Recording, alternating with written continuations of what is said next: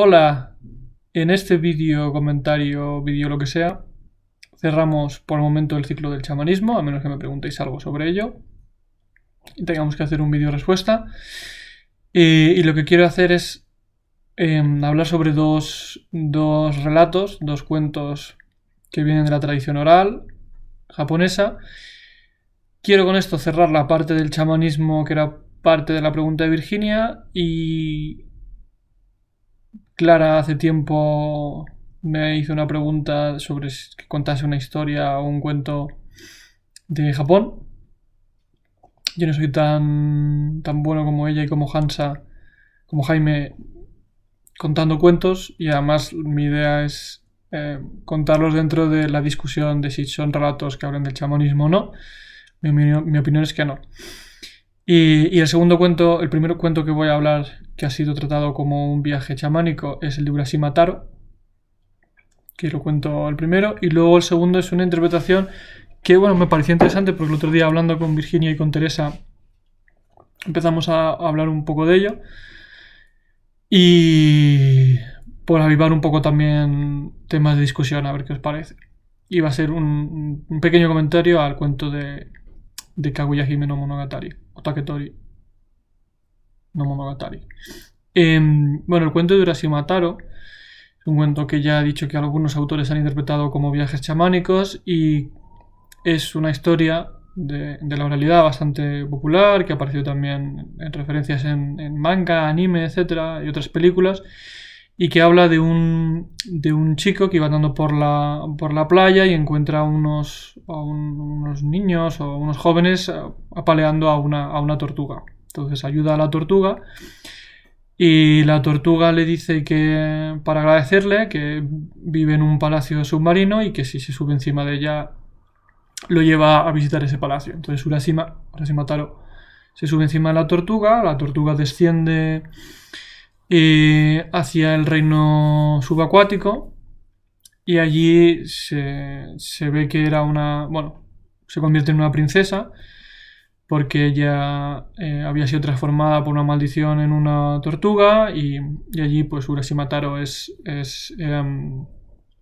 recibido como un héroe, como un príncipe.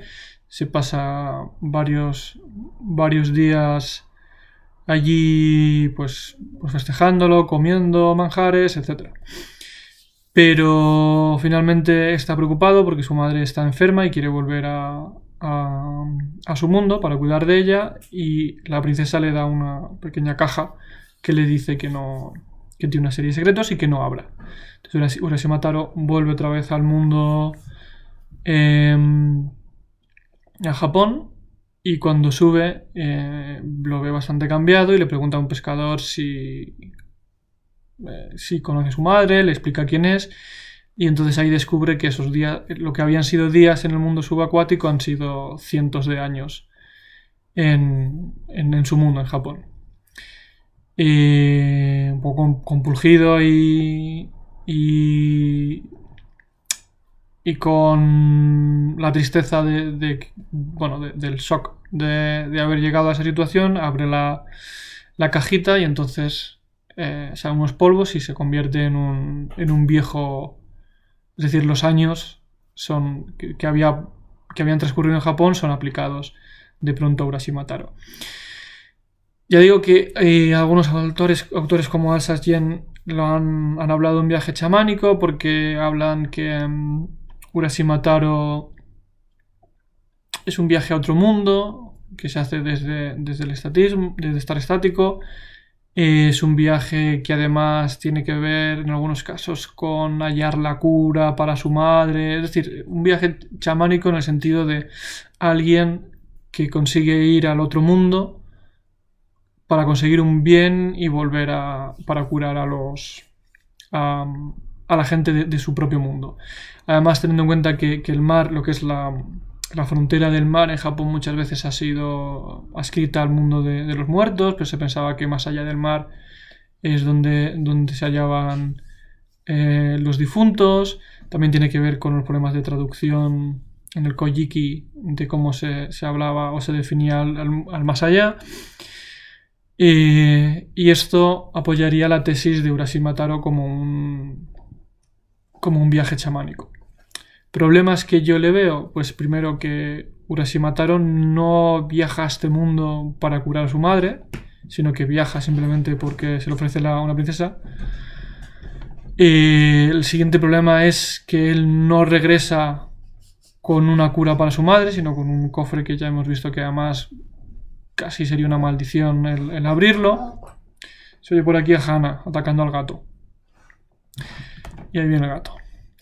Y entonces no es un viaje chamánico en tanto en cuanto esa idea de ir a encontrar, aunque sea conocimiento, para curar. ¿Vale? El segundo cuento del que quería hablar, que aparte de ser uno de los más populares, es de los primeros cuentos orales que se recuerdan en Japón y que fueron luego escritos. Y además hay una película de Ghibli, si no es la última, es de las últimas películas que hizo el estudio Ghibli, que es la de Kaguya Hime no Monogatari, o Kaguya Hime, el cuento de la princesa Kaguya, que en Japón también se llama el cuento del cortador de bambú. Y el cuento habla de un cortador de bambú muy mayor, que ni él ni su esposa habían conseguido tener hijos, y entonces cortando bambú un día pues aparece una niña del tallo de bambú, y luego cortando más bambú empieza a salir oro.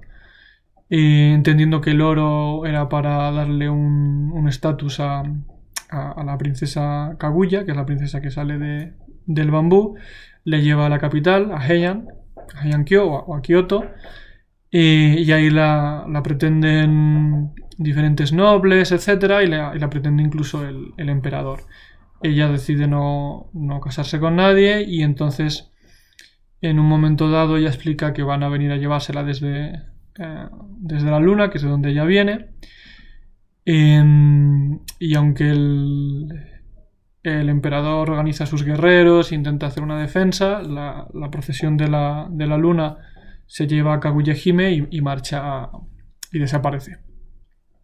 Es un cuento que además tiene implicaciones también junto al monte Fuji, etc. Y entonces el otro día, hablando con estas dos amigas mías, empezamos a discutir si a lo mejor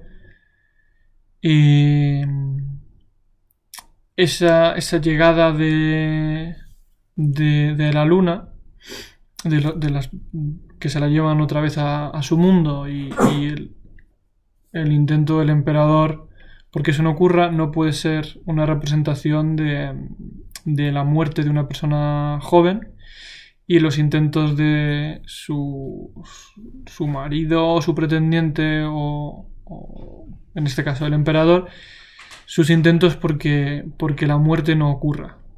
Entonces sería una especie de alegoría de cómo la muerte está por encima incluso de los poderes terrenales más... incluso de los poderes terrenales del emperador. Bueno, esto es una propuesta, una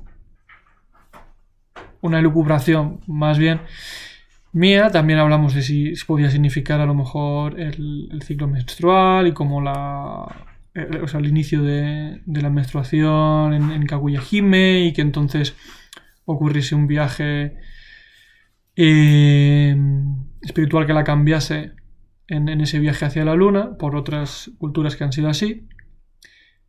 Pero lo traía a colación más bien para ver si a vosotros se os ocurría algo o qué pensabais, y para recomendar también la película, o por lo menos que sea que leáis la historia. Esto cierra... Yo ahí no veo de chamanismo mucho, si no en caso nada. Pero ya digo que es un cuento que tiene mucha relevancia en Japón. Hay pinturas y tapices muy, muy, muy antiguos que representan el momento donde el emperador fracasa en mantener a Kaguya Hime en la tierra, etc. Y este es el final de la discusión sobre el chamanismo. La semana que viene vamos a hablar sobre ritos. Me han preguntado sobre diferentes ritos en Japón, sobre todo del funeral. Entonces no sé exactamente cómo lo voy a estructurar. Sí que me gustaría hacer el vídeo sobre cómo es un funeral ritual en Japón. Normalmente se encarga desde las doctrinas budistas. Y el segundo vídeo, si no el último de la semana, me gustaría, aunque sea un poco sui generis, porque no viene ninguna pregunta inmediata, explicar cuál es mi opinión sobre la relevancia de los ritos y los rituales. Será un poco, bueno, como todos estos, yo dando la vara. Muchas gracias por atenderme y escucharme y nos vemos la semana que viene. Cuidaos.